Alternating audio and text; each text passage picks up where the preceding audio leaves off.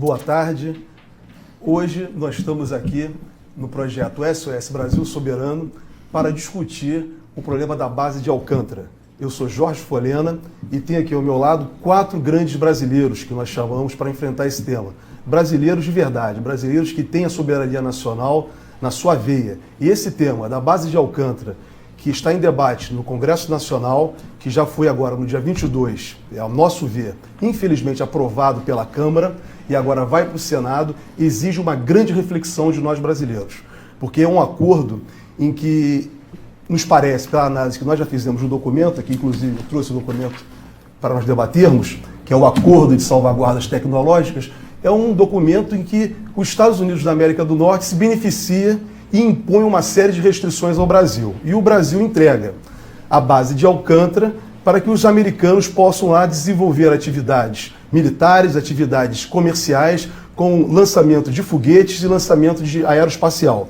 E nós precisamos refletir isso, se no solo brasileiro isso é possível. Nós, a princípio, entendemos que não, que isso é uma violação grave da Constituição brasileira.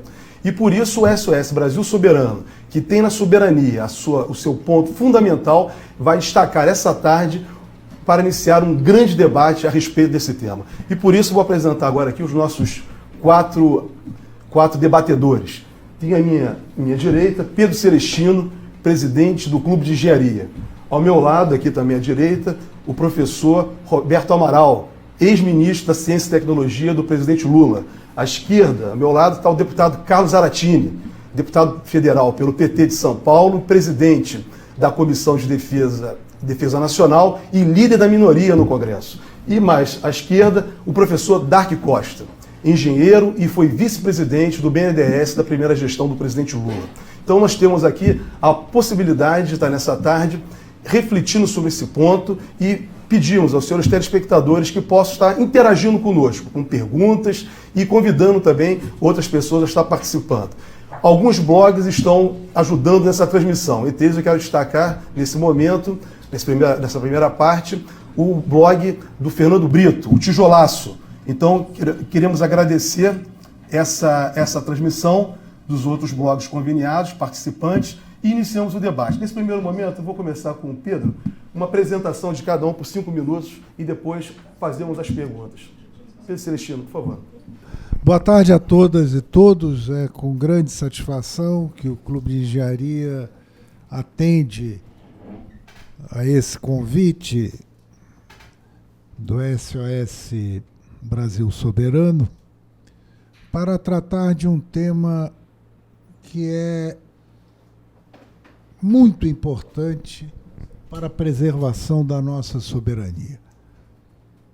O Brasil é um dos poucos países do mundo que tem extensão territorial, recursos naturais e população, que são os 3 fatores essenciais à possibilidade de ter uma política soberana.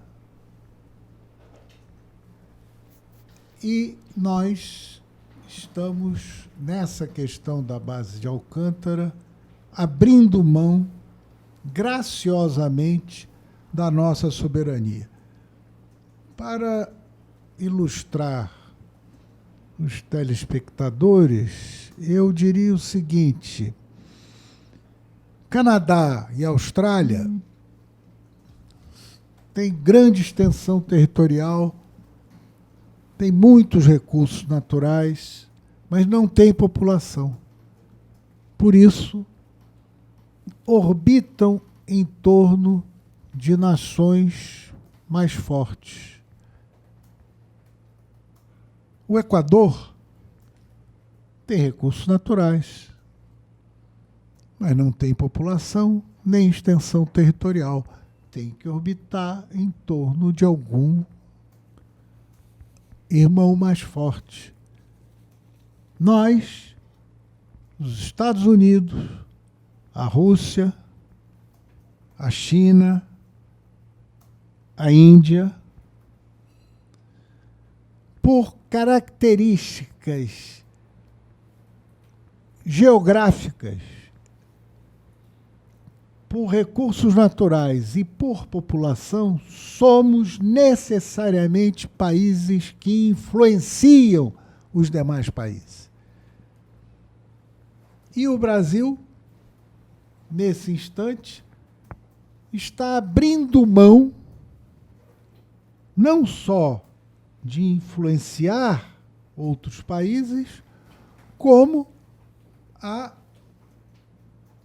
se subordinar a interesses de outra potência, no caso, os Estados Unidos da América. Por isso, considero da maior importância o debate que foi proposto pelo SOS Brasil Soberano.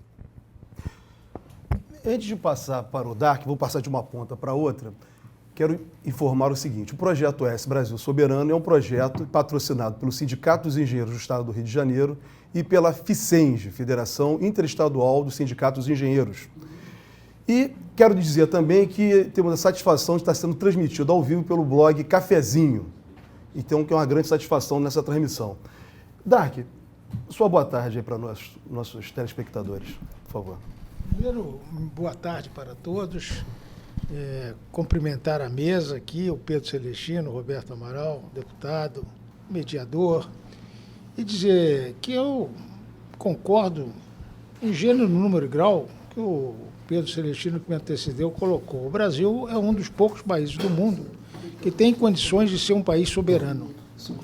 E essa questão da soberania é uma questão muito cara para um país, porque dá a ele autonomia para fazer uma série de coisas no mundo.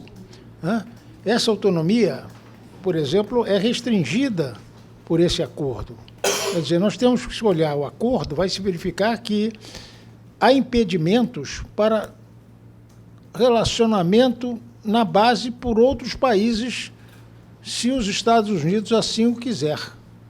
Isso é um problema que me parece sério, porque retira a autonomia operativa. Mas eu acho que, pelo tempo pequeno que eu detenho, eu gostaria de deixar algumas coisas aqui para reflexão, não só dos parlamentares, como dos telespectadores e dos membros da mesa.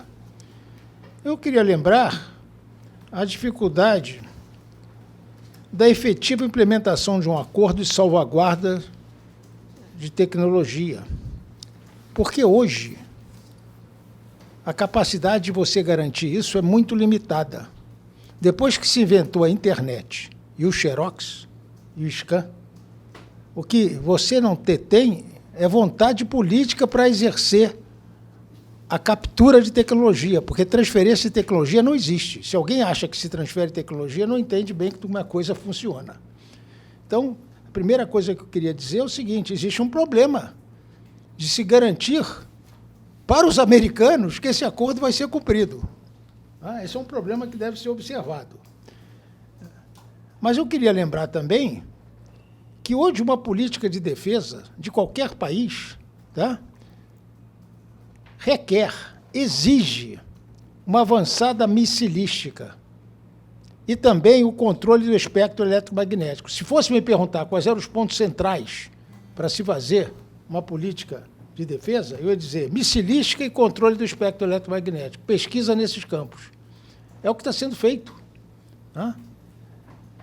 Bom, e que a base de Alcântara é muito importante nesses dois elementos, tanto para a missilística como para o controle do espectro eletromagnético. Bom, e outra coisa, eu queria lançar aqui uma questão para os da mesa e para os outros que aqui estão assistindo e vocês que estão aí vendo na televisão. Como é possível aprovar um acordo que possibilitaria a utilização do território nacional para o lançamento em órbita de artefatos, que poderiam ser satélites militares, armas, ogivas, etc., sem que em cada lançamento se tivesse o controle e o conhecimento pleno do conteúdo do que estava dentro do foguete? E como fazer isso sem ter o acesso pleno à tecnologia ali presente? Eu queria que me explicassem isso, porque aí está resolvido o meu problema. Está claro? Bom, é isso que eu queria dizer a vocês e passo a palavra para o próximo expositor. Eu agora passo aqui para o professor Roberto Amaral, ministro Amaral, apresentar boa tarde, suas considerações iniciais para esse debate dessa tarde. Bom, boa tarde inicialmente aos companheiros de mesa, companheiro coordenador, boa tarde aos que nos dão a honra de nos ouvir. Inicialmente, eu quero defender uma tese, simplória, mas é uma tese a partir da qual eu raciocino. Não examinemos este projeto como um fato isolado, senão um ponto fora da curva. Isso faz parte de um projeto bem estruturado, bem pensado, de desconstituição da nacionalidade brasileira, de desconstituição do país. Isso faz parte de um conjunto. Era impossível a pauta Guedes, Jair Bolsonaro sem esse acordo. Ele é um ponto importante nesse acordo, mas ele não é nenhum fato novo. E não é um fato novo na política brasileira, porque ele repete quase ipsis literis o acordo firmado no governo Fernando Henrique Cardoso, quando começa o projeto neoliberal, acordo que o Congresso Nacional rejeitou e que o governo Lula rejeitou. E ele foi negociado pelo governo, como é que eu chamaria? O governo Temer. Ele foi negociado pelo governo Temer à socapa. E agora ele passa no Congresso sem nenhuma discussão nacional e sem nenhuma consulta à comunidade científica brasileira. Essa é a primeira questão que nós devemos ter em frente. A defesa da soberania, e este é um ponto da defesa da soberania nacional, mas ele não encerra a defesa da soberania nacional, porque ela se estende num projeto consistente de reduzir as possibilidades de um país soberano e de um desenvolvimento autônomo.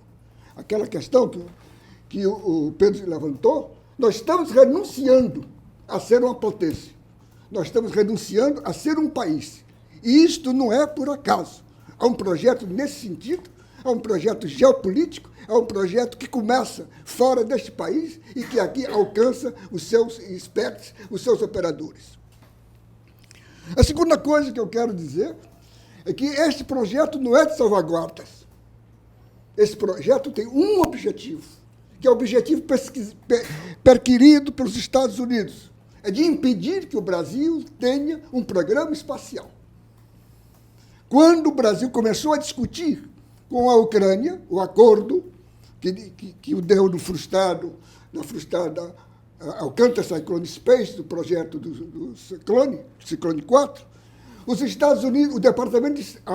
Por incrível que pareça, me aviso. Sim, pode falar. Por incrível que pareça, a República da Ucrânia consultou os Estados Unidos como os Estados Unidos viam o acordo Ucrânia-Brasil. Passou por mim a cópia desse texto. Os Estados Unidos responderam que não tinham nenhum óbice, contanto que não houvesse transferência de tecnologia, mas insistiam em dizer que o Brasil não devia ter programa espacial.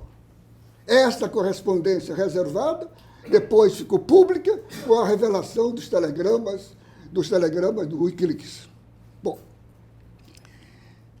aí vamos examinar o acordo que os juristas chamariam de leonino, porque só tem uma parte. Só uma parte tem obrigações, que é o Brasil. O resto são concessões nossas e direitos da outra parte, da parte norte-americana. Eu tenho várias questões a esse respeito, não vou discutir agora. E vamos desenvolvendo momento, ao longo do... Na sequência do nosso debate, irei colocando. Mas essas seriam as duas colocações iniciais que eu faria e já agradeço. Muito obrigado, ministro Roberto Amaral. Os senhores telespectadores podem perceber que o tema realmente é um tema denso. Por isso, esse seminário, esse debate hoje aqui, que nós estamos fazendo de uma forma especial. Geralmente, os nossos telespectadores têm acompanhado, os nossos debates são geralmente com 2 debatedores. Mas pela densidade do tema, pela importância, e tem um aspecto simbólico nesse caso de Alcântara, porque nós estamos falando de soberania. Se passar esse acordo agora no Senado Federal, é basicamente a entrega da soberania brasileira. É quase nos colocarmos um país num estado de dependência completa dos americanos. Então, por isso, a coordenação do SOS Brasil Soberano, o Sindicato dos Engenheiros, se preocupou em dedicar essa tarde para a reflexão desse tema. E, para isso, nós contamos aqui com o deputado Zaratini, que participou ativamente na Câmara dos Deputados na discussão desse acordo de salvaguarda tecnológica que está nos parecendo, deputado, um acordo, como disse o ministro Amaral, é um acordo totalmente leonino, um acordo unilateral, impositivo. Só uma parte tem direito, a outra, que somos nós brasileiros, não temos direito nenhum. Mais à frente nós vamos estar debatendo isso. Deputado Zaratini, sua boa tarde para os nossos telespectadores. Boa tarde a você, boa tarde a todos os ouvintes e boa tarde aqui a todos os nossos colegas de mesa. Bom, em primeiro lugar, eu queria dizer que esse acordo, que é vendido como um acordo diferente daquele acordo de 2001 que foi rejeitado pelo Congresso, é, na verdade, uma mentira, uma falácia. Porque os brigadeiros da Aeronáutica que participaram da negociação, junto com o Ministério de Relações Exteriores, ainda no governo Michel Temer, né, e que concluíram essa negociação já no governo Bolsonaro, eles insistem em dar uma versão de que, assinado esse acordo, a base de Alcântara vai lançar muitos satélites, muitos foguetes. Isso vai trazer uma enorme renda, que eles calculam em coisa de bilhões, 15 bilhões, e, ao mesmo tempo, vai garantir também o desenvolvimento do Programa Aeroespacial Brasileiro, o que é uma mentira total. Primeiro, os empregos que está se prevendo gerar em Alcântara, os próprios deputados do Maranhão afirmam, são empregos na área de hotelaria, de restaurantes, de turismo, né? Quer dizer, provavelmente um emprego ali para atender aqueles funcionários que venham aqui participar dos lançamentos das empresas norte-americanas. Segunda coisa, o acordo ele fala explicitamente numa vedação à utilização dos recursos advindos da utilização da base para desenvolvimento do nosso programa espacial. Porque ele veda que o chamada categoria 1 do acordo, um outro acordo internacional chamado MTCR, que é um acordo de controle de mísseis no mundo, né, acordo assinado por 35 países. Nesse acordo do MTCR tem lá o que é vedado, a chamada categoria 1. A categoria 1 tem lá armas químicas, tem lá armas nucleares, mas tem também veículos lançadores de satélite. Então, nós estamos impedidos de utilizar esses recursos para desenvolver os nossos próprios veículos lançadores. Então, nós só vamos ter uma base de lançamento.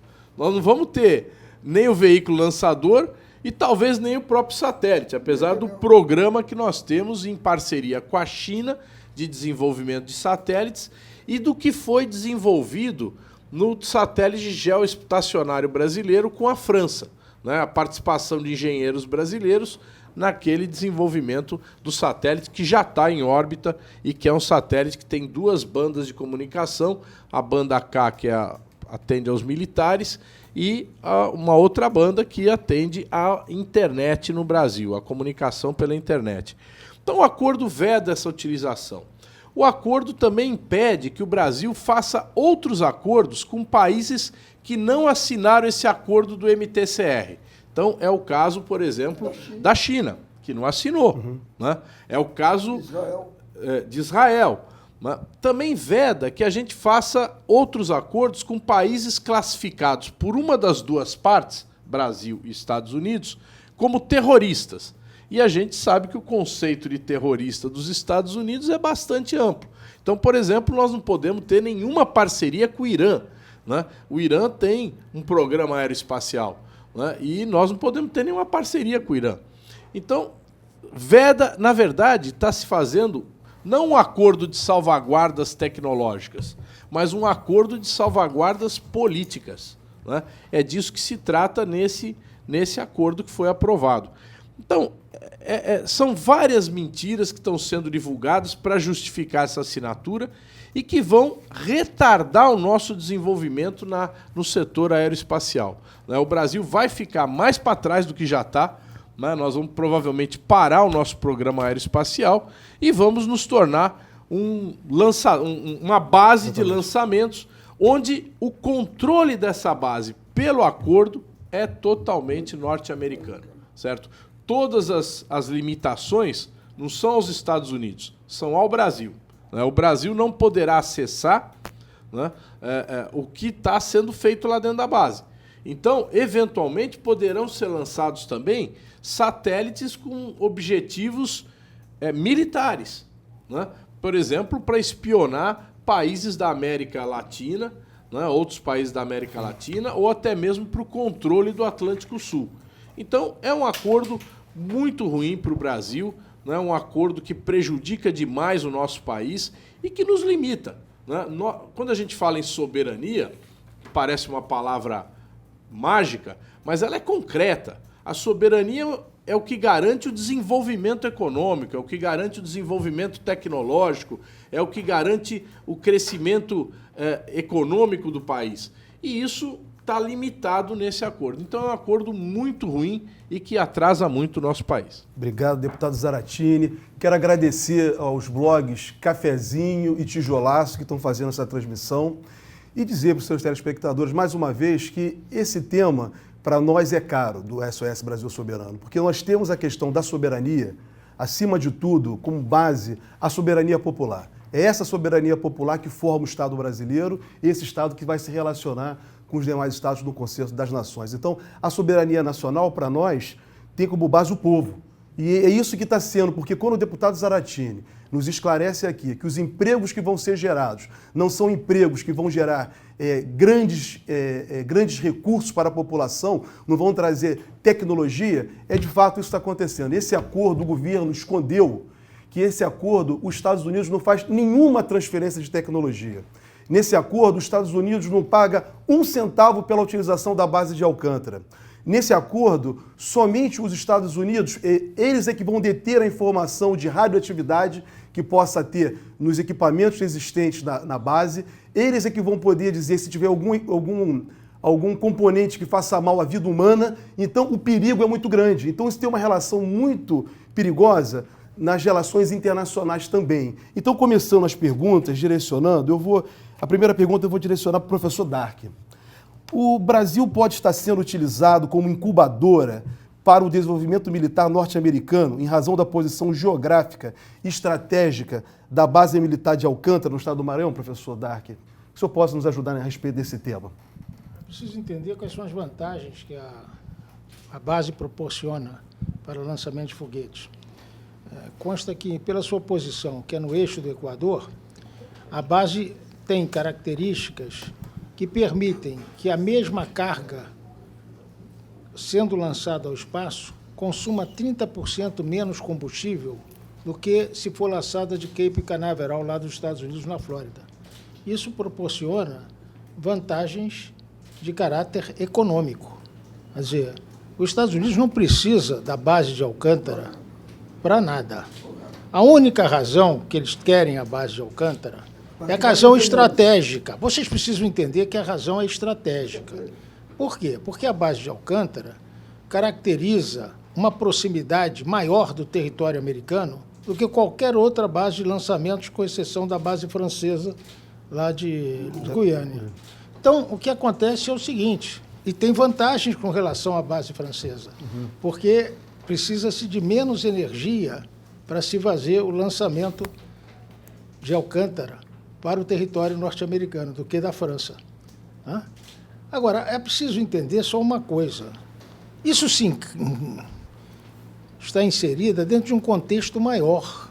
O contexto da soberania que foi colocado, o contexto... Mas o que eu queria que vocês tivessem atenção é o embargo à base industrial de defesa do Brasil, que é um embargo que antecede muito ao acordo que aí está. É bom lembrar que em 1961, quando o Brasil começa a sua política espacial, vamos chamar assim, o faz 5 anos depois da China. A China começa em 1956. A China colocou um homem no espaço em 2002. E aí vem a grande questão. O problema, isso aqui se insere num contexto maior. Eu acho que o Roberto pegou bem o contexto maior. O Brasil não tem um projeto nacional de desenvolvimento. Isso se insere dentro da ideia de um projeto nacional de desenvolvimento. O Brasil perdeu isso em 1980. O Brasil tinha um projeto nacional de desenvolvimento, razão pela qual o Brasil foi o país que mais cresceu no mundo entre 1930 e 1980. Perdeu isso.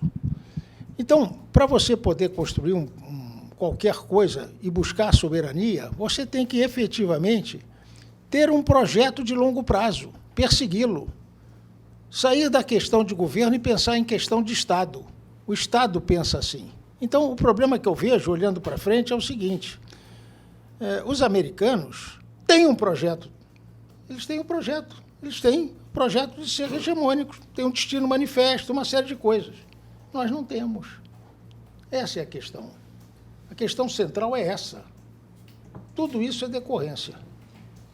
Então, eu acho que se nós quisermos efetivamente termos soberania, defendermos a base de Alcântara, etc., etc., nós temos que reconstruir a ideia da industrialização como motor do desenvolvimento, nós temos que reconstruir a ideia de que a urbanização vai muito além do que botar gente na cidade, tem que fazer a integração do território nacional e tem que entender que quando o setor privado não é capaz de fazer as coisas, o Estado vai lá e faz. E essa questão da defesa, ela está entregue hoje à ideia de capital privado, como se capital privado fosse capaz de construir uma base industrial de defesa para o Brasil. Nenhum país do mundo é assim. Nenhum país do mundo é assim. E outra coisa também que eu queria comentar aqui, aproveitando o ensejo, já gerando uma polêmica, essa ideia de que você vai buscar, que você não tem competência para fazer um programa autônomo espacial, que você precisa da colaboração de outros países para levar esse troço adiante, é um absurdo. Isso não funciona, pô. Isso não funciona. Pelas razões que foram colocadas aqui. Por que tem o tal do acordo MCTR? Por que tem esse acordo? Porque é de característica militar você poder lançar. Tecnologia dual existe. Existe, pô. Então, se você quiser lançar o satélite, você não vai ter que fazer, não vai receber de ninguém nenhuma informação. Você vai ter que roubar. Você vai ter que fazer com que essa coisa chegue a você por meios não tão lícitos à ética, mas tem que fazê-lo. É preciso entender isso, pô. Porque se a gente ficar preso a esse discurso de que nós temos que seguir o que está sendo colocado pelo MCTR, por não sei o quê, não vamos a lugar nenhum. A questão nuclear no Brasil mostra isso. A questão nuclear no Brasil mostra isso. Está vendo a eletronuclear 3 aí? Como é que está? Como é que está a usina nuclear? Angra 3. O professor Amaral vai responder, professor Dark. Vamos passar para ele. Não, eu vou passar para o Amaral, o ministro Roberto Amaral, mas antes eu queria destacar um ponto da fala do professor Dark, para frisar bem, porque o governo está escondendo essa informação. Inclusive, no documento oficial, ele diz que não será o espaço da base de Alcântara, não vai ser uma base militar americana. E ficou muito claro pela exposição do professor Dark Costa que essa base só pode ser utilizada para fins militares americanos, diante da posição estratégica dela, diante até mesmo para poder os americanos fazerem os lançamentos de proteção ao próprio território americano.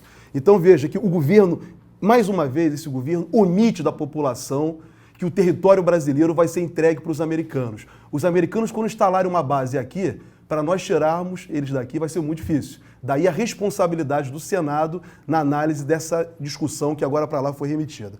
Professor Amaral, o professor Dark encaminhou para o senhor um encaminhamento, mas eu também queria reforçar essa questão. Como ficará o desenvolvimento tecnológico brasileiro no setor com este acordo cuja tecnologia não é transferida ao Brasil? Nenhuma tecnologia é transferida. Nenhum, mas, se me permite, eu quero pegar um ponto ainda anterior da intervenção do Dark, que me anima a colocar uma questão estratégica. A política, foguete e míssil, é a mesma coisa. O foguete lança uma carga. Nessa ogiva você pode colocar um satélite e pode colocar um ácido, pode colocar napalm, pode colocar o que quiser. É uma questão dual.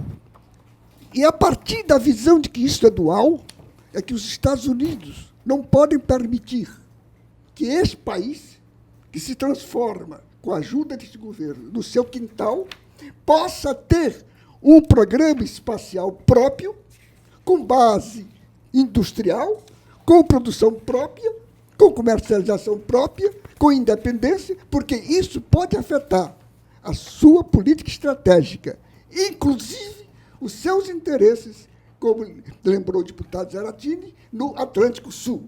E quando nós aceitamos essa base, nós estamos renunciando não só à nossa defesa, outra coisa que não foi tocada aqui é o nosso autoconhecimento, a defesa das nossas fronteiras e o nosso autoconhecimento, como estamos renunciando ao nosso papel na América do Sul e no Atlântico Sul, onde nós tínhamos pretensões naturais em face da nossa localização, da proximidade com a África, e onde 80% da marinha mercante do mundo transita.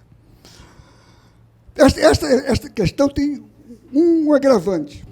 Nesta política de salvaguarda, Sr. Pedro, o Brasil não se cuida de discutir, de não ter uma cláusula em que o Brasil possa discutir o conteúdo dos lançamentos.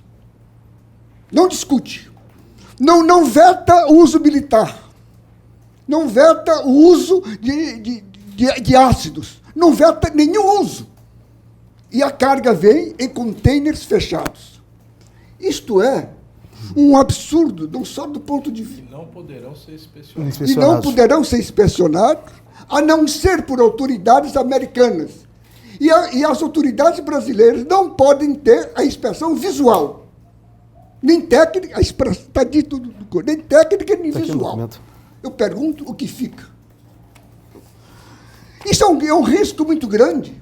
Quando nós nós podemos estar entrando num polígono de guerra, porque nós estamos cedendo esta base, esse espaço, no meio do país, a uma potência beligerante, que está permanentemente se preparando para uma guerra mundial. Nós podemos nos transformar aqui em alvo. E isso as Forças Armadas não estão vendo. Bom, mas eu vou tentar voltar. Me desculpa, às vezes eu levanto a voz. Não, mano, fica à vontade. Fica à vontade. Não há, no nosso acordo, nenhuma previsão sequer de licenciamento ambiental. Quando nós fomos tentar fazer a CIES, levávamos 1 ano e 6 meses discutindo com o IBAMA. Não há nenhuma previsão de licenciamento ambiental de uma base. Nós renunciamos a ter um programa espacial para ser locadores de terra. Estamos locando uma terra, estamos locando um espaço privilegiado, como lembrou o Dark. O Pedro Celestino lembrou aqui uma questão, para não falar muito, eu vou encerrar com ela. Um minuto antes. O que é... Está em cima da intervenção do Pedro. O que é um programa espacial para um país com a nossa extensão? O programa espacial significa as comunicações civis e militares. Significa a prospecção do solo. Significa o controle da atmosfera, dos tempos, das chuvas, de tudo. Significa... Ninguém pensa que se vigia hoje fronteira visualmente com um gato pingado ali com a espingarda. Isso é controlado por satélite. A nossa fronteira física, a nossa fronteira terrestre, a nossa fronteira marítima. Os nossos submarinos, os aviões são todos controlados por satélites. Nós estamos renunciando a ter uma política de lançamento dos nossos próprios satélites. E nós estamos... o programa que nós temos com a China é um programa de cooperação, no qual não está claro se há... Eu acho que não há nenhuma transferência de tecnologia. Agora, nós fazemos com eles o satélite é chinês, é lançado por um satélite chinês de uma base chinesa. Quando nós praticamente, como lembrou o Dário, começamos juntos. Nós começamos juntos, praticamente. Começamos em 61. E nós estamos hoje, me desculpe essa ênfase, porque essa coisa me mexe, nós estamos hoje praticamente como estávamos em 1961. Não houve um progresso, nenhum progresso. E uma série que se levaria um programa de sabotagens. Esse programa é sabotado de manhã, de tarde e de noite. Mas só para concluir, Sim, Amaral. porque o Pedro fez uma lembrança aqui importantíssima. Nós seremos, meus amigos, minhas amigas, o único país do mundo com o nosso território, com a nossa população, com as nossas fronteiras, com o nosso índice industrial, que não terá programa espacial. Porque este acordo é o REC do nosso programa espacial. Perfeito, Amaral. Desculpa. Não, fez muito bem. Tem que ter manifestado diante de um absurdo desse muita indignação. Não dá para aceitar isso com passividade. Eu queria registrar, Roberto Amaral, que você falou que pagar aluguel. Os americanos não vão pagar aluguel pela utilização da base de Alcântara, não. Vão pagar. O Brasil talvez possa vir a ganhar alguma coisa se os americanos lançarem mísseis, alguma coisa de algum outro país que venha pagar os americanos e o Brasil. Então, se os americanos usarem só para eles, ou então nada for tratado, o Brasil não receberá absolutamente nada. É um acordo em que o Brasil, o próprio governo diz, está no documento oficial, não é aluguel de base. Ou seja, o Brasil não recebe nada. Nada. E não há transferência de tecnologia. Nesse ponto, Pedro Celestino, eu queria te chamar de volta ao debate, porque você abriu de uma forma muito contundente essa tarde aqui. Vamos lá. Então, eu queria colocar uma questão aqui agora para a indústria de engenharia, e gostaria de ouvi-lo. Como as empresas de engenharia e tecnologia estão analisando esse acordo de salvaguarda tecnológica, uma vez que o Brasil está limitado a contratar apenas com países aliados dos americanos e que compram o equipamento deles? Como que você tem alguma posição que possa nos dar? Como está vendo? Vamos começar do princípio. A Força Aérea Brasileira, nos idos dos anos 50 do século passado, criou um centro tecnológico em São José dos Campos, que foi o berço da indústria aeronáutica e aeroespacial brasileira, cujo símbolo é a Embraer. Nós, num período de pouco mais de 20 anos, nos inserimos entre as poucas nações do mundo capazes de projetar e construir aeronaves. A Embraer se transformou na nossa empresa de maior conteúdo tecnológico. A Embraer, há 2 anos, tinha 18 mil funcionários, dos quais 7 mil engenheiros. É uma proporção enorme de engenheiros em relação ao conjunto de funcionários. Se agregarmos aos engenheiros os operários especializados, chegaremos à Embraer de 2 anos atrás a 85% da sua força de trabalho. Em torno da Embraer se constituiu uma indústria de aeropeças, vamos dizer assim, de indústrias metalmecânicas, eletroeletrônicas, fazendo que São José dos Campos se transformasse em um dos nossos principais polos de desenvolvimento industrial. A Embraer já foi para o vinagre. E a Boeing vem de fechar a fábrica e dar férias coletivas em São José dos Campos. Eu não dou 2 anos para não haver mais vestígio da Embraer em São José dos Campos, porque é uma empresa de tecnologia. E as cabeças vão migrar para Seattle.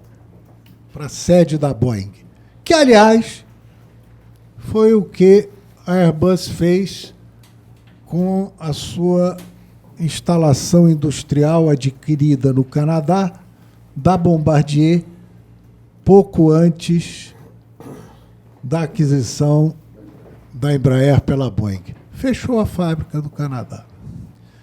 Eu falo disso porque, se nós formos capazes de desenvolver a indústria aeronáutica, não fomos capazes de desenvolver a indústria espacial. Por erros de concepção, desde a origem. Para que vocês possam entender, se você quiser, você nunca produziu um automóvel. Se você quiser instalar uma indústria para produzir automóveis, ou você vai projetar o automóvel, criar o automóvel, levar tempo de desenvolvimento desse projeto, ou você vai se associar a quem já saiba produzir automóvel. E aí faz o automóvel. E a partir desse automóvel, você desenvolve outros automóveis e outros veículos. No programa espacial, ao invés de buscarmos um parceiro, historicamente, nos associamos a diferentes parceiros, que são poucos no mundo, que são poucos os países do mundo capazes de lançar foguetes e, consequentemente, mísseis. Quais são eles? Os Estados Unidos, a Inglaterra, a França, a Rússia, a China, a Índia. E, mais recentemente, Israel, Paquistão. Coreia do Norte. Recentes, mas é um parceiro. Nós temos vários programas espaciais em andamento. Isso não é crítica a esse ou aquele governo, não. Faltou estratégia no desenvolvimento do programa espacial brasileiro. Essa é uma questão central, que impediu que nós chegássemos à maturidade do programa espacial como chegamos na indústria aeronáutica. Segunda questão. Eu não vou discutir detalhe do acordo. Não me interessa discutir se o artigo X, o artigo Y, esse podia ser melhor, esse podia ser... Os americanos jamais lançarão qualquer tipo de veículo a partir de Alcântara. O que interessa em Alcântara é o controle do Atlântico Sul e da Foz do Amazonas. Não tem nada a ver com lançamento. E o que sobra para o brasileiro, com esse acordo de Alcântara, é o que vai sobrar no pré-sal com a destruição que estão fazendo da Petrobras. São as atividades de segurança, transporte e alimentação. Zero de tecnologia. Por isso que a questão está ligada à soberania. Ah, mas nós não temos recursos para desenvolver o programa aeroespacial brasileiro. E é importante, como disse o Amaral, porque influencia comunicações, controle de fronteiras, controle do espaço aéreo, controle da fronteira marítima. Ótimo. E é também essencial ao lançamento de mísseis, dentro de todas as limitações de acordos internacionais. Não é por aí. Se quiséssemos usar a base de Alcântara para angariar recursos, esses recursos de segurança, de alimentação, de transporte, que fizéssemos um acordo padrão como o que a França faz na base de Kourou, que é uma base que está tão próxima do Equador como a nossa base. Israel, quando lança seus foguetes, lança de Kourou. A Coreia, quando lança seus foguetes, lança de Kourou.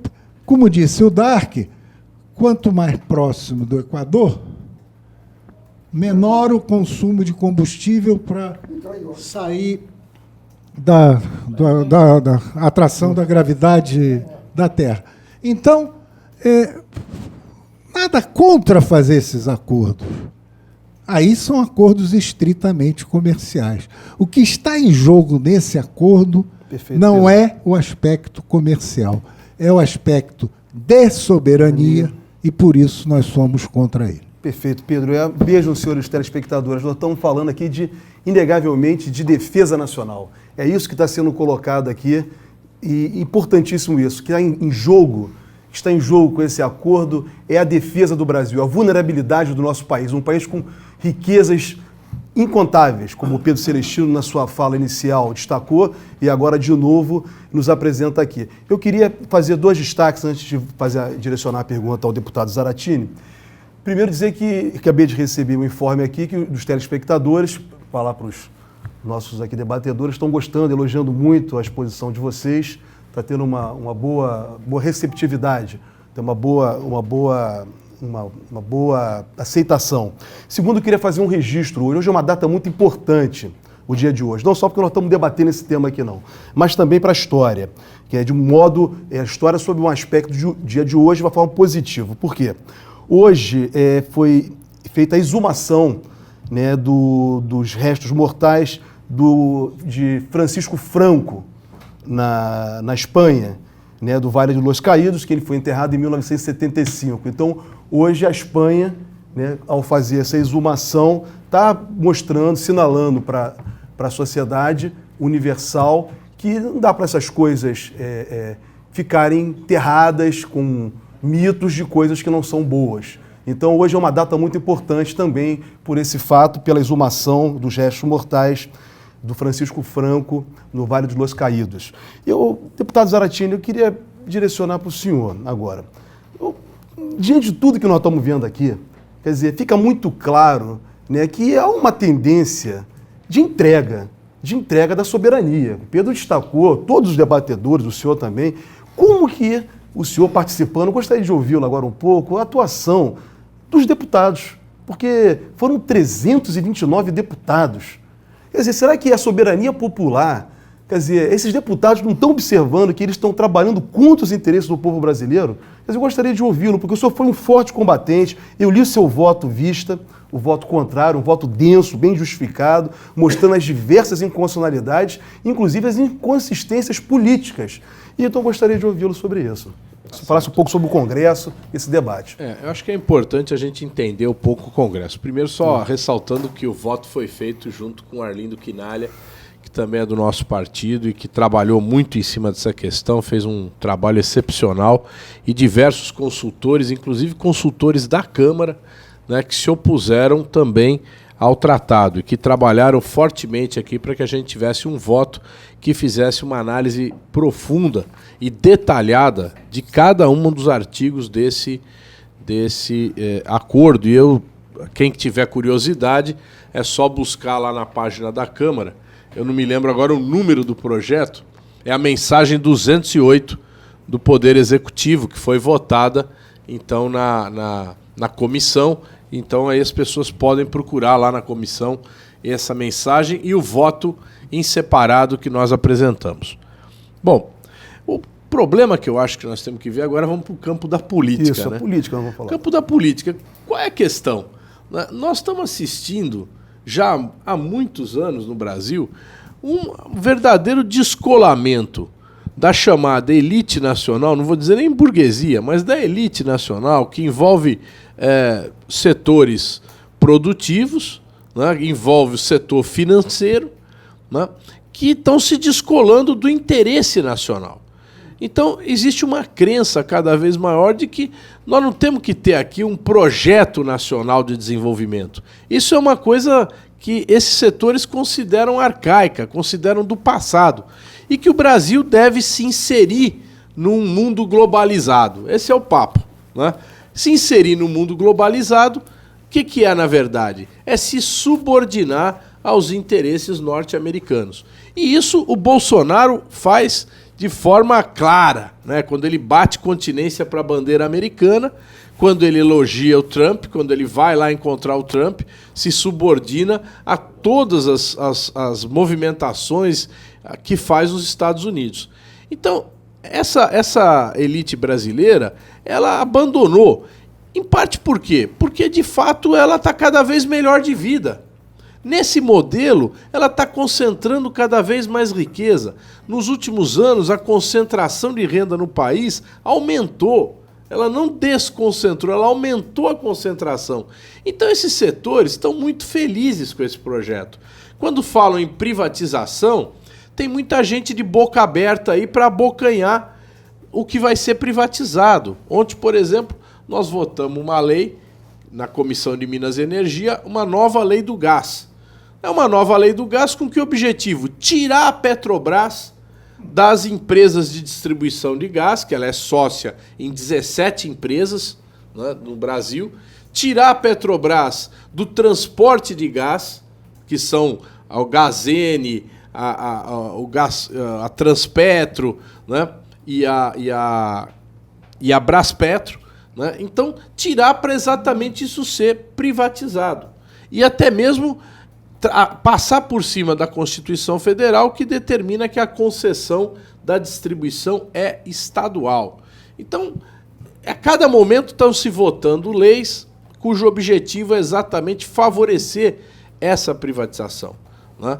Agora nós vamos enfrentar a discussão da privatização da Eletrobras, né, que é uma das principais empresas brasileiras e é uma empresa fundamental para o desenvolvimento do país. Privatizar a Eletrobras é exatamente jogar na mão do capital a possibilidade de você ter um projeto de desenvolvimento no setor elétrico. O que vai ser do futuro? Nós não sabemos, vai depender do interesse privado. Onde dá mais lucro, vai ter energia melhor, energia com mais firmeza, segurança. Onde der menos lucro, vai ser mais precário. Então, essa é a situação que nós estamos vivendo no país. E isso se reflete no Congresso. Quando você tem deputados e deputadas que são eleitos sem nenhum compromisso com esse interesse nacional, com essa visão de desenvolvimento do país. Então, isso é uma questão que realmente fica difícil para a gente ter um enfrentamento parlamentar sem que a gente tenha uma mobilização popular que defenda o interesse nacional, né? Nós temos que fazer com que essas questões caminhem juntas, né? E a mesma coisa a gente pode dizer em relação aos militares, né? Os militares que são parte, principalmente da classe média, estão extremamente influenciados por essa visão de inserção do Brasil no mundo globalizado, né? E estão a cada dia mais se subordinando aos Estados Unidos. Então, quem negociou esse acordo? Quem foi lá tratar? Não foi o Bolsonaro. Foram militares brasileiros, brigadeiros da Força Aérea Brasileira. Eles que sentaram lá e se você discutir com eles, eles estão convictos que esse acordo é bom, porque eles não têm uma visão diferenciada sobre o desenvolvimento. Então, para eles é um acordo, não, esse acordo aqui é diferente de 2001, nós resolvemos vários problemas que tinha em 2001 e não estão enxergando, né, sequer esse desenvolvimento que a gente precisa ter.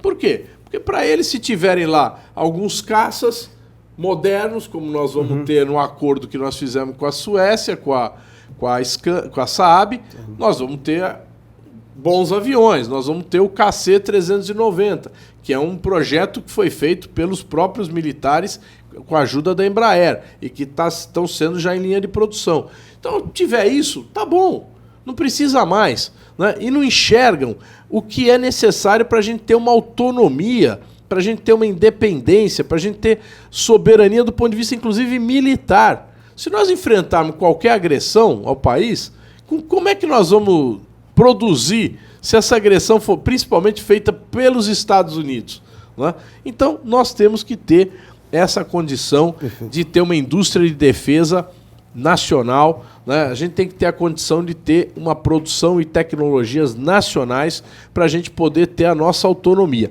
Isso não está na cabeça nem da elite, nem dos militares. Obrigado, deputado Zaratini. O deputado Zaratini levantou um ponto aqui que aparentemente pode estar desassociado com o tema da base de Alcântara. com a questão da soberania nacional, que foi falta de cuidado do governo e dos deputados com relação à questão do povo brasileiro. O maltrato, quando a questão do gás, a questão da privatização da Eletrobras, isso tudo vai fazer aumentar o custo de vida da população. E o que nós estamos vendo hoje no Hemisfério Sul?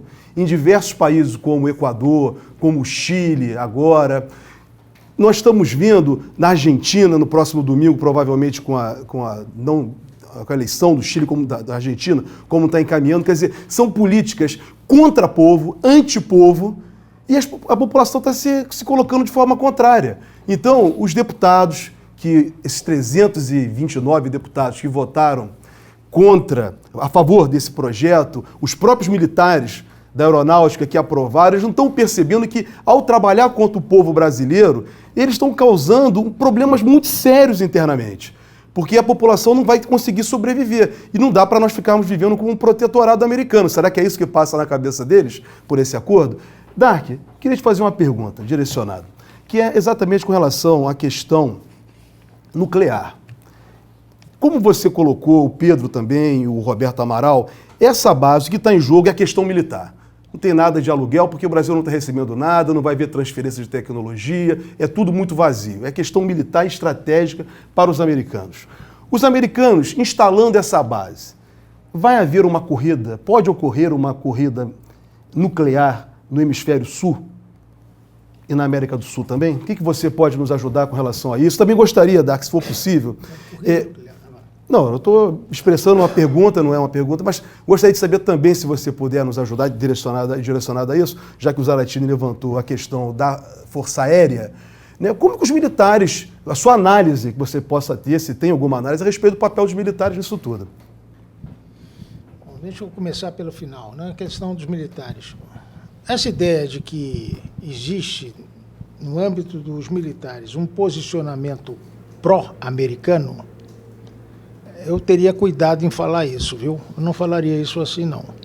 Tá? É evidente que existem alguns militares que são, evidentemente, mais pró-americanos, mas isso é uma questão que o Brasil tem há pelo menos, eu diria a vocês, há pelo menos quase 100 anos.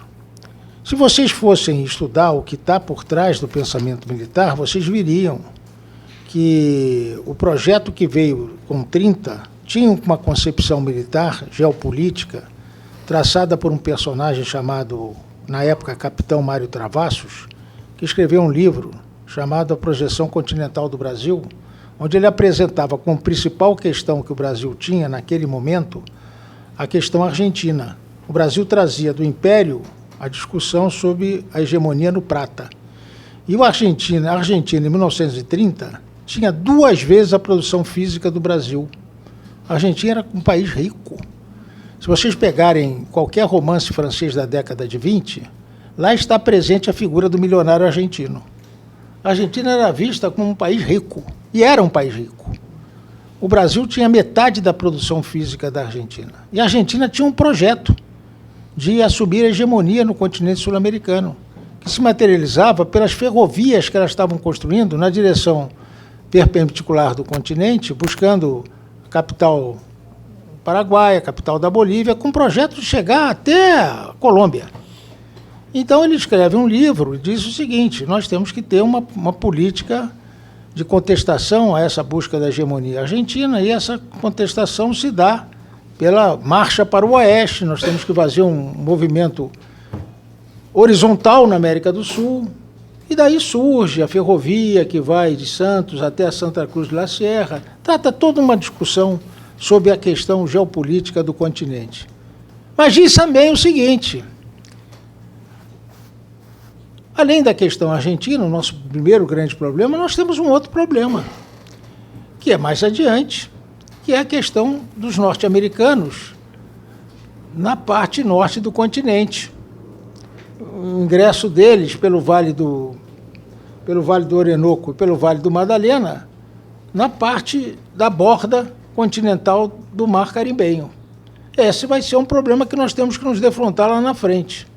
Então, em 1930, e desde lá, dentro das Forças Armadas, sempre teve uma preocupação com os Estados Unidos.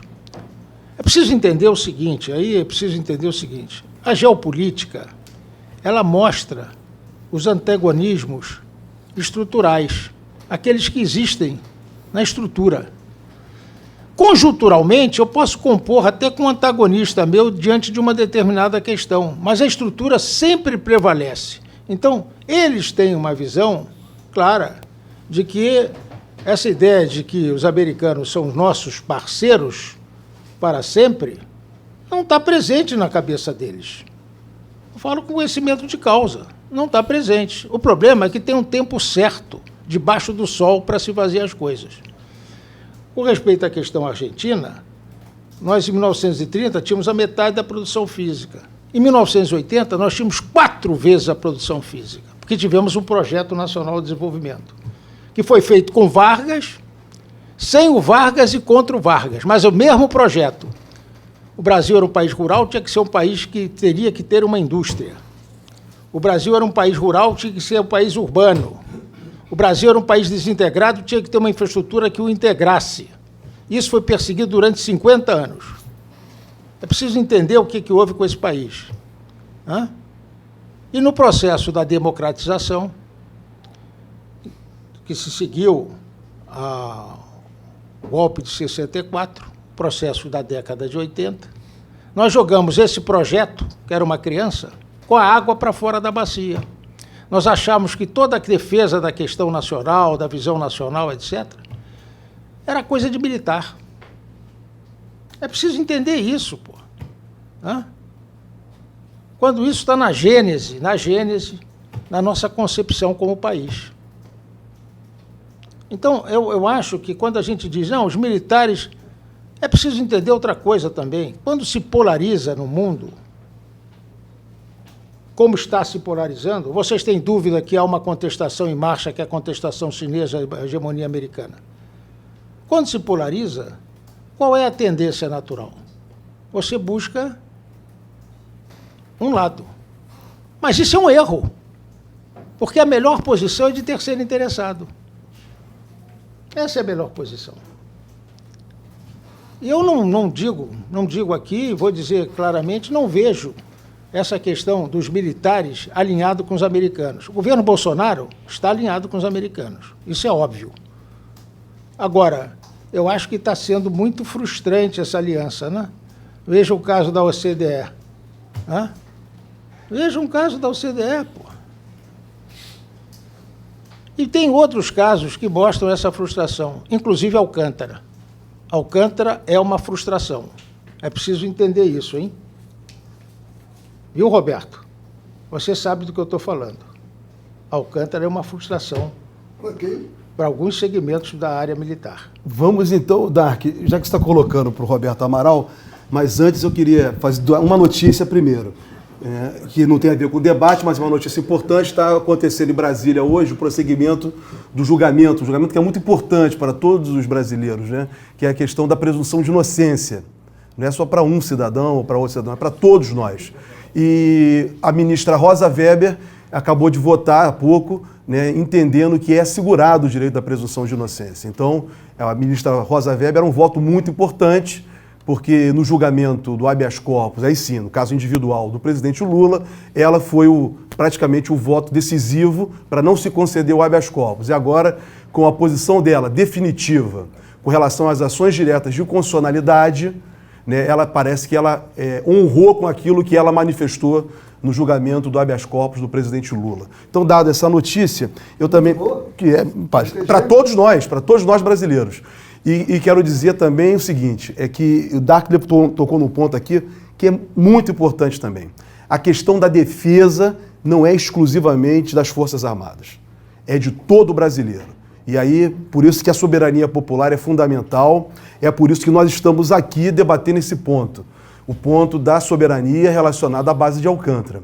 Então, a soberania é uma discussão que tem que ser travada por todos os brasileiros, porque somos nós brasileiros que temos que assegurar a defesa desse país em caso de ameaça e em caso de expropriação, como nós estamos vendo nos últimos anos. Nós é que temos resistido a tudo isso. Então, o Roberto Amaral, feita essa colocação, eu queria te fazer uma... E fique à vontade para responder ou não. Até porque ela tem a ver com a questão de segurança também. E tem a ver com Alcântara. Né? Na época você foi ministro do presidente Lula, no primeiro mandato, em agosto de 2003, quando teve aquele fatídico acidente lá na base de Alcântara. Então, eu queria, Amaral, se o desmonte que foi feito, né, naquele momento, o que aconteceu daquilo? Tem alguma notícia, alguma coisa que você possa nos explicar? Mas fique bem à vontade, se é importante ou não debater isso. Eu não Fique à vontade. Não tem problema, eu não acho importante, mas vou debater. Então não precisa. Não, vamos debater. Aquilo foi a culminância de incompetência. Não houve sabotagem, houve incompetência. Os nossos cientistas estavam, ao mesmo tempo, operando com todos os segmentos do foguete ligados, quando não podia, e estávamos usando o negócio que não se usa mais, combustível sólido.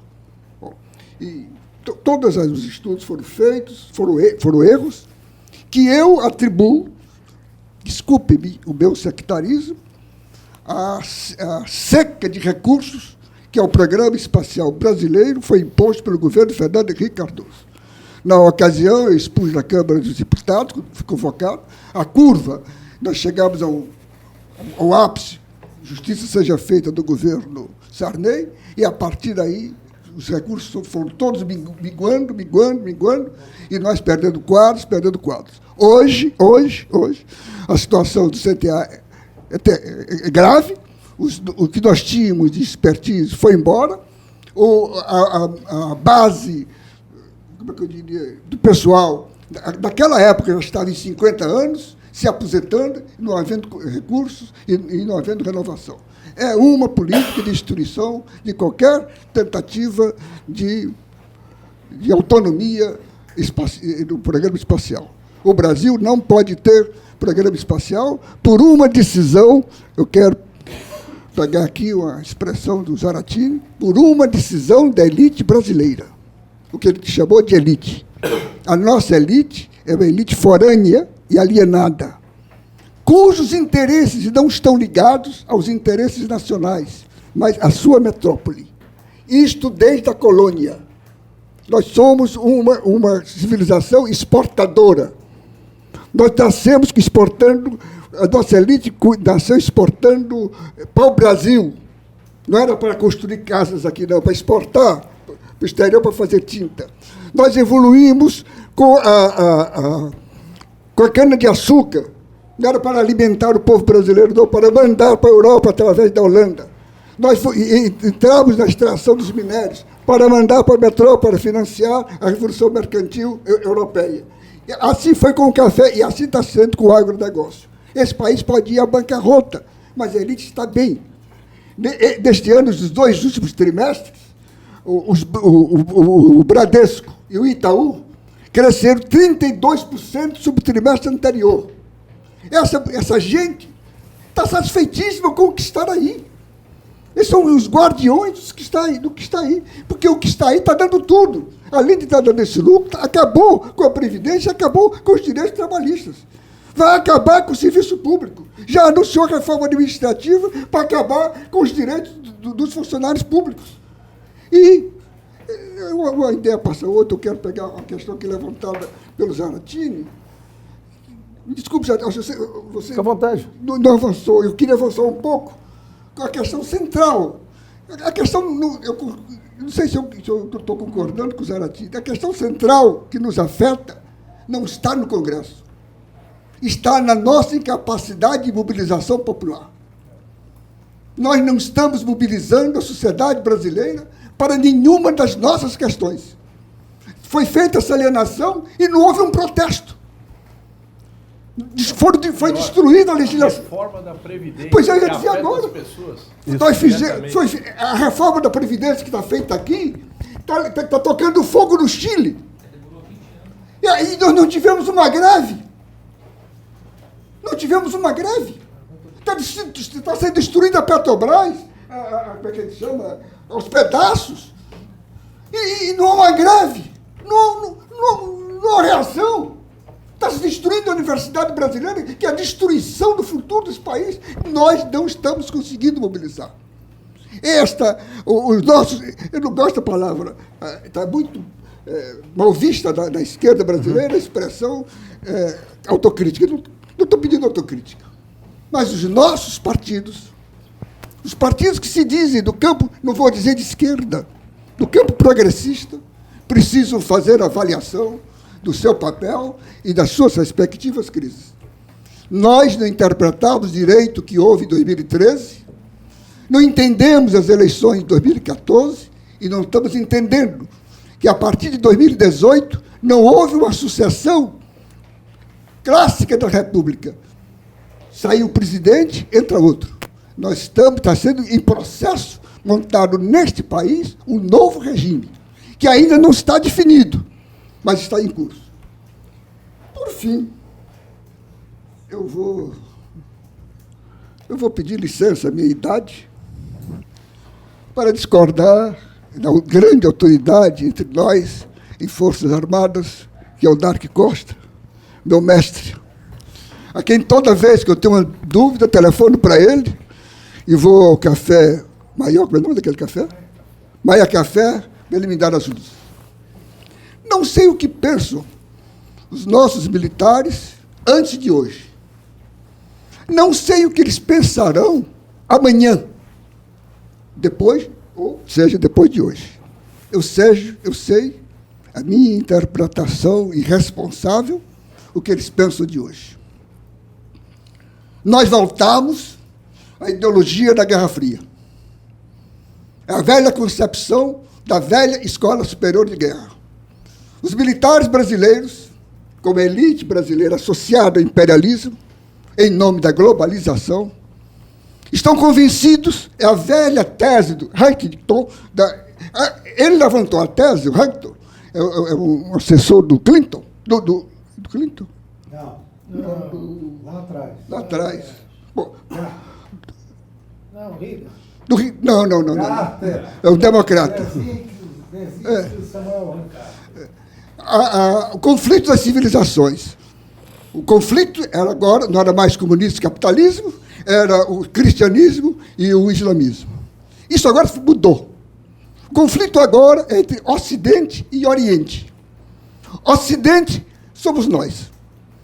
E nós temos um patrono, um protetor, o São Jorge, os Estados Unidos. O Oriente, o diabo, são a Rússia, a China, o Irã e suas adjacências. Neste conflito, que não fomos nós que criamos, nós não temos alternativa, por questões culturais.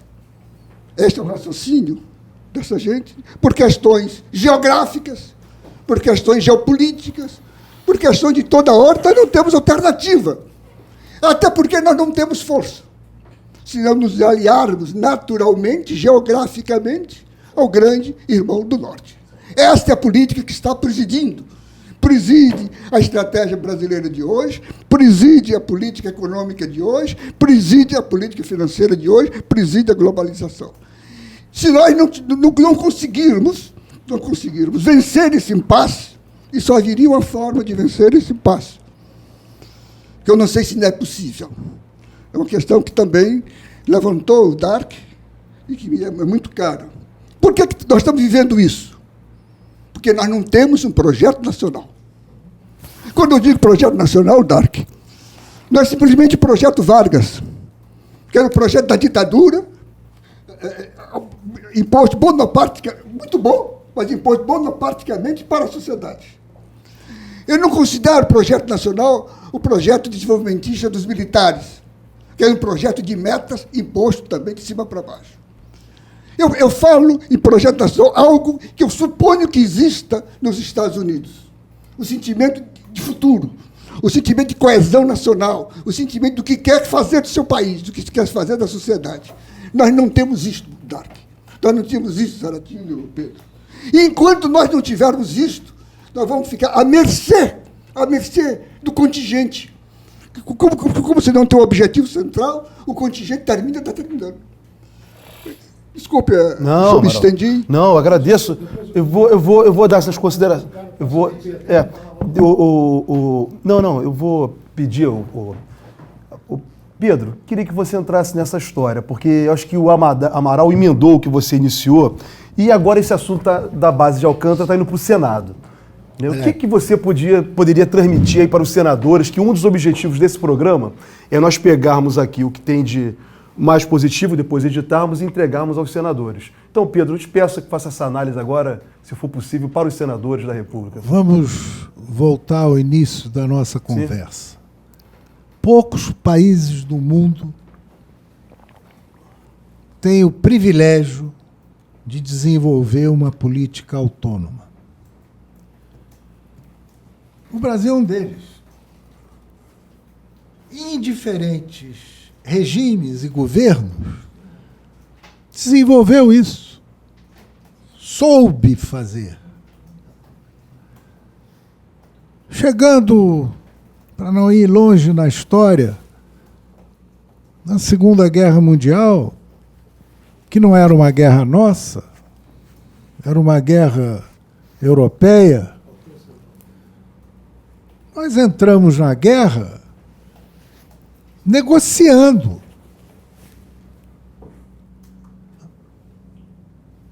As bases de Natal, Valdecães em Belém, Recife, eram importantes para chegar à África com suprimentos aéreos. Boa.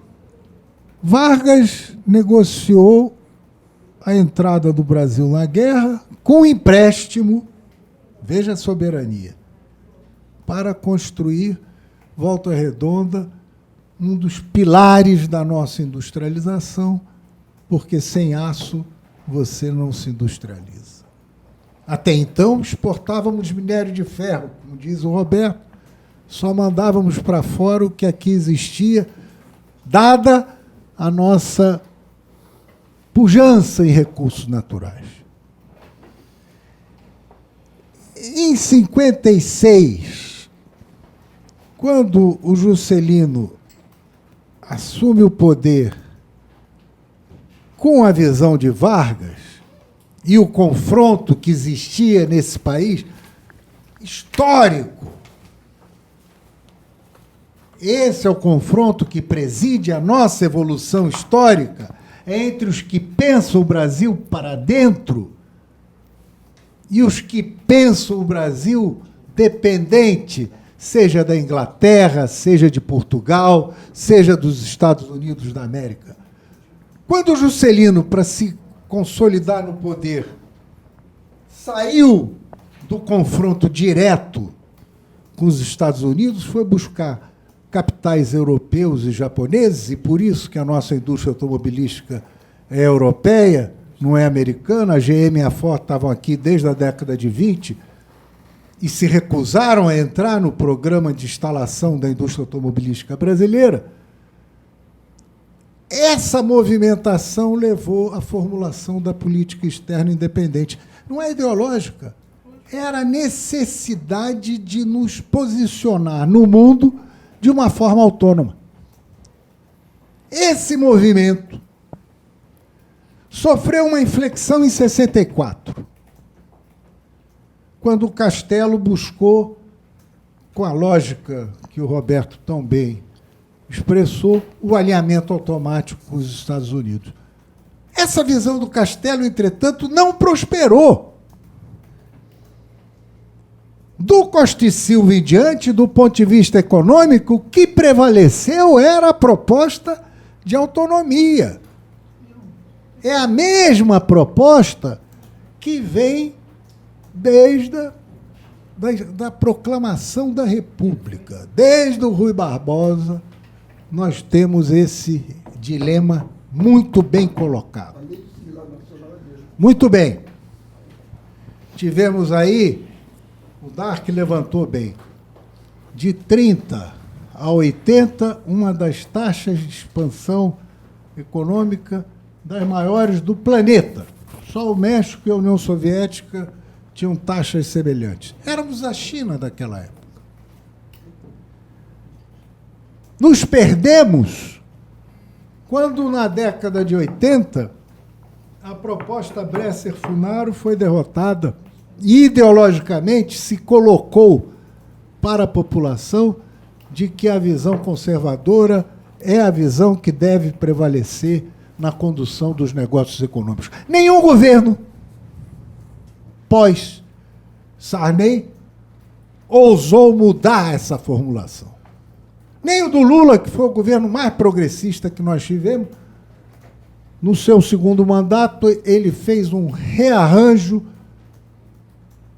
para possibilitar uma expansão econômica que desse atendimento aos setores mais pobres da sociedade. Mas, se olharmos o crescimento do lucro dos bancos, era escandaloso naquela época também, porque não se ousou confrontar esse modelo em que as nossas elites se sustentam, que é o modelo da dependência ao exterior.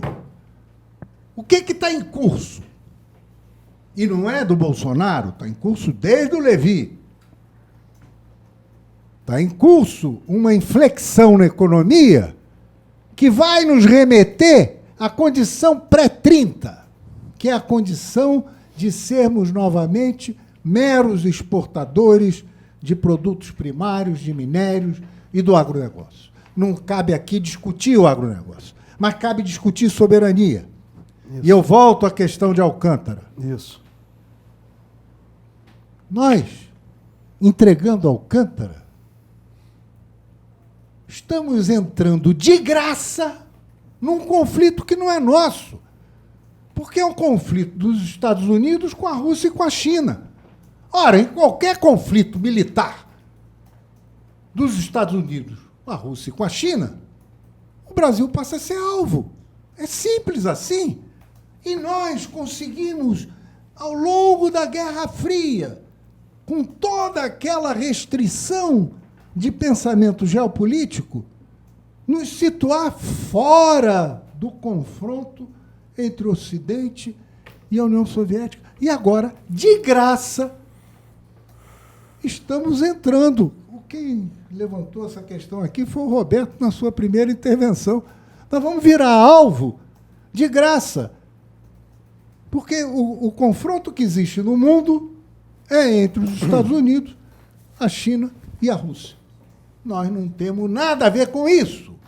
Nós devemos manter a nossa posição de independência, porque nós temos extensão territorial, recursos naturais e população, e podemos ter, sim, uma política independente. Obrigado, Pedro Celestino, pela sua exposição muito clara.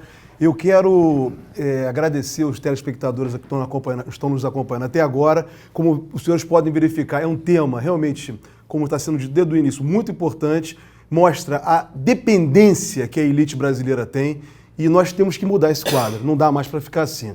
Então, por isso, nessa tarde, essa reflexão, esse debate aqui aprofundado. Estamos no final do programa.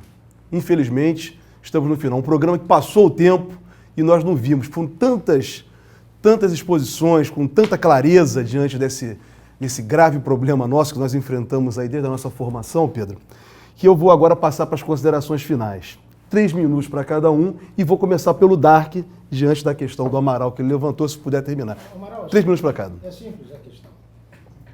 Nós vivemos um moderno Estado Nacional, fruto da Revolução Francesa, porque antes nós tínhamos um Estado Nacional que se caracterizava pelo monopólio legítimo do uso da força na mão do rei e a cara do rei numa moeda. A moeda e monopólio era o garante de um projeto, de um Estado Nacional, do antigo Estado Nacional. A Revolução Francesa muda isso. Porque, como diz Hegel lá, é um clarão que surge na humanidade, porque a partir daquele momento não é mais a casa reinante que estabelece o projeto do país. Quem estabelece o projeto do país é a vontade nacional. Tem que ter uma concepção estratégica que dê vontade nacional. Porque se cada cidadão não vê no projeto do seu próprio Estado, o seu próprio projeto, o Estado não está legitimado. E esse é um problema que nós atravessamos aqui. Porque, como bem disse o meu amigo Pedro, existe uma divisão interna, e essa divisão interna também se propaga em outros espaços. É preciso entender isso, porque é preciso entender, como ele colocou bem, que a proclamação da República é a prevalência do positivismo, é a prevalência da visão militar da constituição de um país potência, que é derrubado em Canudos. Durou só 6 anos. Volta a recuperar sua posição em 30, dura mais 50. Sabe quem manda hoje no Brasil? É as mesmas elites da velha República. Já não são mais cafeeiras, são rentistas. Mas é a mesma elite. É uma elite que não está preocupada com o país. Então, quando se diz assim, olha, os militares estão numa posição contra, eu não entro nessa, porque eu sei que existem posições divergentes. Agora, o que é preciso entender é o seguinte, as elites nesse país que estão mandando são as elites rentistas. E o seu instrumento é a mídia. Alguém falou isso aqui? Não. É a mídia, porque a mídia é que inculca na posição do povo as teses dessa elite.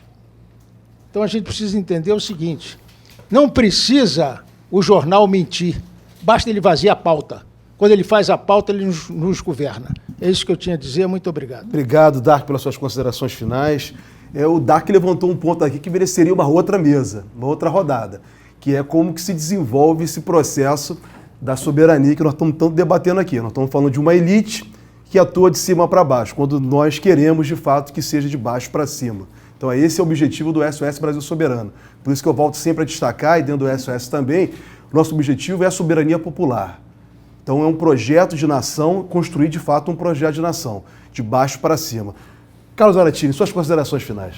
Eu só queria colocar aqui que eu acho que nessa questão do projeto nacional, nós temos uma disputa ideológica. Uhum. Né? Não é uma coisa só da vontade, mas é uma disputa ideológica. O Bolsonaro, quando ele lança aquele slogan, Brasil acima de tudo, Deus acima de todos, ele junta um sentimento nacional com um sentimento conservador, que é majoritário no povo brasileiro. Então essa unidade e a denúncia que ele faz das mazelas nacionais, né, que muitas vezes a gente não faz com o mesmo vigor, né? Então, por exemplo, na questão de Alcântara, o que eles falam? Não, mas se gasta lá não sei quantos milhões por ano para não lançar nada. É um problema, certo? Nós temos uma base que não lança nada, gasta lá não sei quanto, então é uma denúncia. Né? Então, só que ele utiliza esses elementos, né, a questão nacional, a visão conservadora e uma denúncia permanente das mazelas, ligando as três coisas, para subordinar o Brasil. Entende? Para impor a vontade da elite, para dominar ainda mais o povo brasileiro. Então, se nós não combatemos nessas questões, se nós não soubermos nos mexer nesses 3 pontos, né, como a gente discutir a questão do conservadorismo e como é que a gente enfrenta isso, como é que a gente debate isso, como que a gente debate a questão nacional numa outra perspectiva. E a gente também fazer a crítica dos absurdos. Por exemplo, agora nós estamos fazendo a crítica do abandono do meio ambiente desse governo. Uhum. Tem dado resultado. Porque o povo está vendo. Né? Foi a questão da Amazônia, das queimadas, agora é a questão do derramamento de petróleo, que faz já completa mês aí e que não se faz absolutamente nada. Né? O governo está inerte. Então nós temos muita coisa para denunciar também. E a gente tem que fazer essa denúncia. O Paulo Guedes quer fazer a reforma administrativa pegando em pontos que incomodam o povo. Fala, porra, mas o cara fica lá anos, né, não produz nada, ganha os tubos. Tal. Então ele fala uma coisa que o povo quer ouvir. E ele usa isso para atacar os interesses da própria população. Então a gente tem que saber agarrar esse debate, ter um enfrentamento. Talvez a gente tenha que sair um pouco da casinha, né? Isso como a gente fala, e enfrentar de uma outra forma essas questões que estão sendo colocadas. Eu queria agradecer aí a vocês, ao Sindicato dos Engenheiros, à Federação, a oportunidade de ter vindo aqui. E eu acho que esse debate é muito importante. Parabéns ao Sindicato e à Federação por estarem promovendo esse debate, que é a primeira vez o primeiro que a gente faz sobre a base de Alcântara, depois que já votou, infelizmente. Mas vamos para a luta. Mas obrigado, deputado Zaratini, pela sua vinda aqui, uma agenda grande no Congresso. Agradecer. Mas o deputado Zaratini levantou um ponto importante que aqui no SOS nós temos discutido. Não basta se enrolar só na bandeira nacional, como esse governo tentou fazer na campanha, no período eleitoral, e tenta fazer. Falar de Brasil acima de tudo. Temos que ser brasileiros de verdade. E não governar com retórica, sabe, deputado Zaratini? Isso levantou um ponto final aqui que é bom para o nosso telespectador, né, levar para reflexão. Eu acho que nós temos que, eu entendo, nós temos discutido isso aqui no SOS Brasil Soberano, que é resgatar os valores nacionais. E aí não é retórica, é a brava gente brasileira mesmo. Porque eles sequestraram o hino nacional, os símbolos nacionais, eles não têm esse direito. Então também nós vamos resgatar o hino da independência, porque nós temos que se tornar independentes. Esse tema de Alcântara é um tema importante, porque eles estão levando à pobreza do nosso povo. O povo ficou mais pobre depois do golpe de 2016, inegavelmente. Pode ter erros e acertos no passado, não vamos ver isso, mas verificamos que depois desse desmonte de 2016, o país retroagiu. Basta andar nas ruas das grandes cidades e o que está acontecendo no campo, com a morte de índios, dos trabalhadores rurais. Então, é a brava gente brasileira, e aí brava gente brasileira, ministro Roberto Amaral, suas considerações finais. Antes dos agradecimentos justos que eu devo fazer, eu quero pegar o final da intervenção do Zaratini, que representa um elogio e uma crítica, que me leva a uma questão que me preocupa, que é a anomia política da sociedade brasileira, pela qual eu responsabilizo a nós, agentes do movimento social. Este é o primeiro, certamente o único, debate que se faz em torno de um tema crucial da sociedade brasileira. É preciso isso, que eu queria sublinhar essa questão. Eu tenho a impressão que esse debate todo valeria esse final. Vamos sair daqui, os que estão nos ouvindo, e nos perguntemos por quê nós assistimos esse espetáculo, esse debate, esse projeto, andar na Câmara, andar nas comissões, ser aprovado no plenário, e não tivemos nenhum debate em torno dele. Ninguém de nós aqui foi chamado à academia para discutir. Os jornais ignoraram. Os articulistas ignoraram. O que está havendo de errado? Eu não tenho resposta. Mas eu queria que cada um pensasse nisso. Eu queria que cada um pensasse nisso. Essa questão da mídia é muito relativa. Um dos fatores essenciais das eleições de 2014, dizem todos os especialistas, eu não sou um deles, foram as redes sociais. O que é que as nossas redes sociais estão fazendo também em torno disso? O que é que os nossos partidos estão fazendo em torno disso?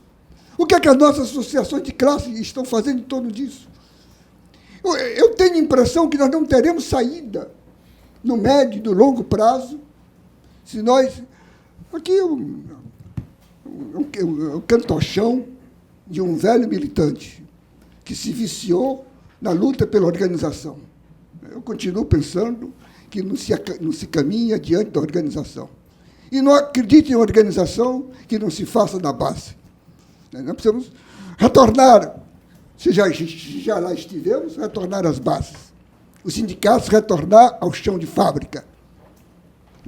Nós precisamos discutir com a sociedade, estabelecer um diálogo, saber o que está vendo.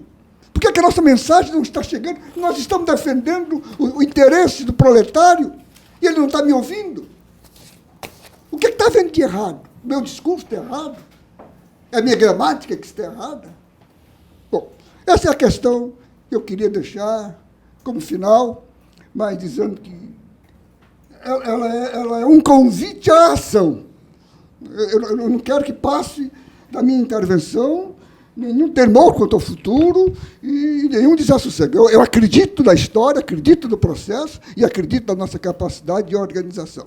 Eu acho que esse momento é um momento de crise, mas é uma transição. Por fim, eu quero agradecer ao SINGE e à FISENGE, mas não basta agradecer, eu quero elogiar essa iniciativa.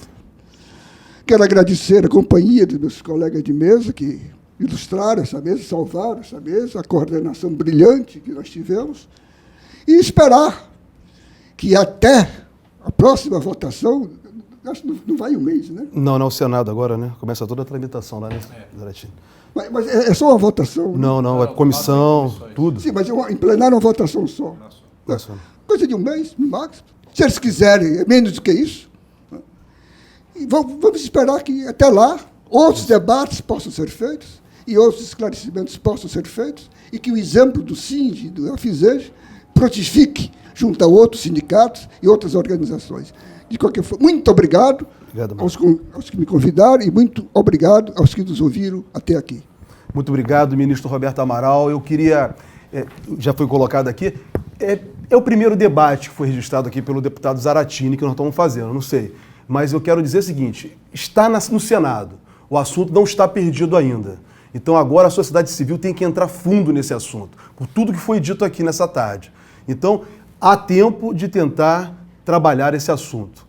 E quero registrar também, Amaral, que esse assunto também foi debatido no Instituto dos Advogados Brasileiros, o IAB, na qual eu faço parte. E nós fazemos parte, você também, somos sócios do IAB. E o IAB se aprofundou no tema e analisou a constitucionalidade desse acordo. E declarou manifestamente inconstitucional isso. Então existem entidades que estão também debatendo e participando. E esse momento é um momento realmente de aprofundamento, essa tarde. E quero agora, Pedro, passar para você, para suas considerações finais.